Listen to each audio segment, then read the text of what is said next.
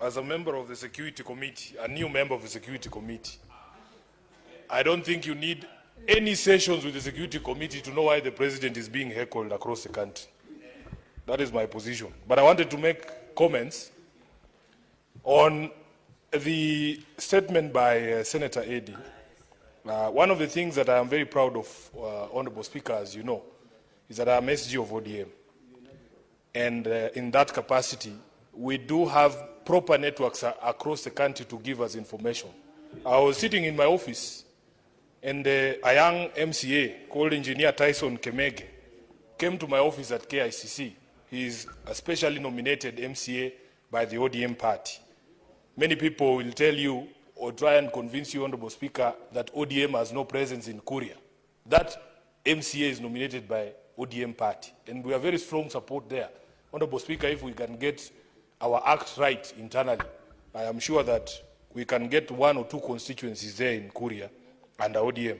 And Honorable Speaker, I was quite surprised that it is very easy for us sitting here in Nairobi to not even be aware that there are communities living in conflict for a very long period of time. I was actually very surprised that this dispute at the border between Narok and Migori has been going on for years. When he came to my office, I took the liberty. Luckily for me, the senator for Migori is elected under my political party, ODM. The governor of Migori, the same. And even the women rep, although she is not elected on ODM, she is ODM adjacent. That's the term we use. And I spoke to these leaders to try and understand how is it that a conflict can run for so long under the radar, that people have lost lives.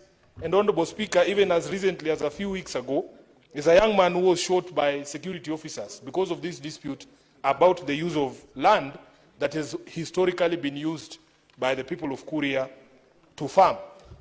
Honorable Speaker, it was quite surprising for me.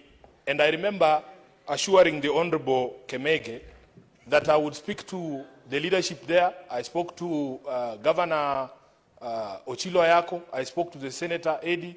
He had promised to bring a petition, but I am happy that after we spoke with Eddy, he has found a faster route that will not enlabor the people of Kuria there, because they have a senator here who actually takes his work very seriously, Honorable Speaker. These people, because of the conflict down there, we were informed by Senator Eddy that in fact they have not been able to farm on their land for almost 3 seasons now. And it is quite surprising that a conflict can just fly under the radar when lives are being lost for such a long period of time. Honorable Speaker, therefore, I am very happy that the Senator has brought this matter here. I saw the effort you put in, Honorable Eddy Okech, over the holidays in December to try and assuage the situation there, because a community that has not farmed for 3 seasons was literally at the mercy of starvation. Honorable Speaker, I want to say that it may take time for us to sort out our security matters, but I am happy that there is progress.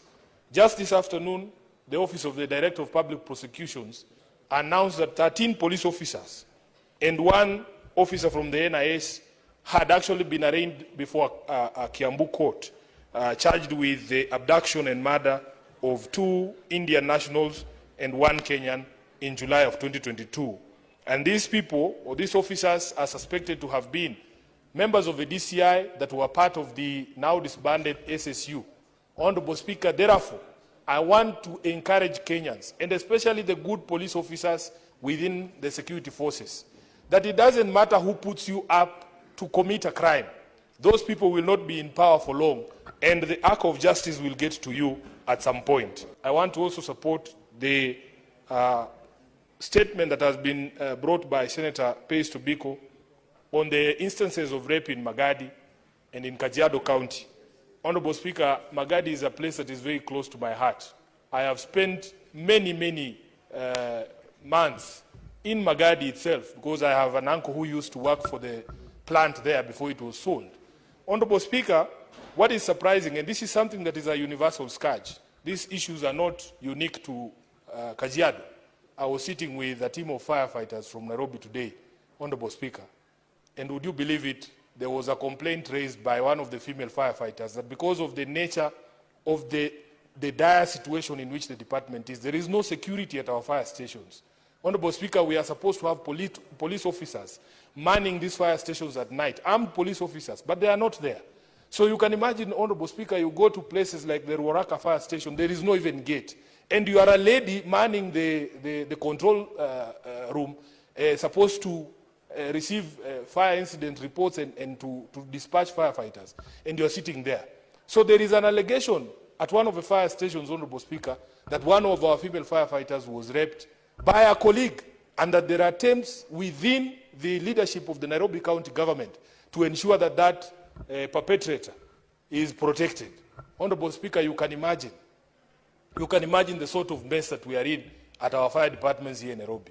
So, in addition to the statement by Senator Tobiko, I will personally be also presenting that same statement to the committee. And the good thing is that I'm now in that committee. There will be no cover-up of that heinous crime here in Nairobi. Whoever it is that called the OCS in that particular case to drop those charges, Honorable Speaker, we must do what we must do to make sure that there is justice for both the victims in Nairobi and the victims in Kajiado. I thank you, Honorable Speaker.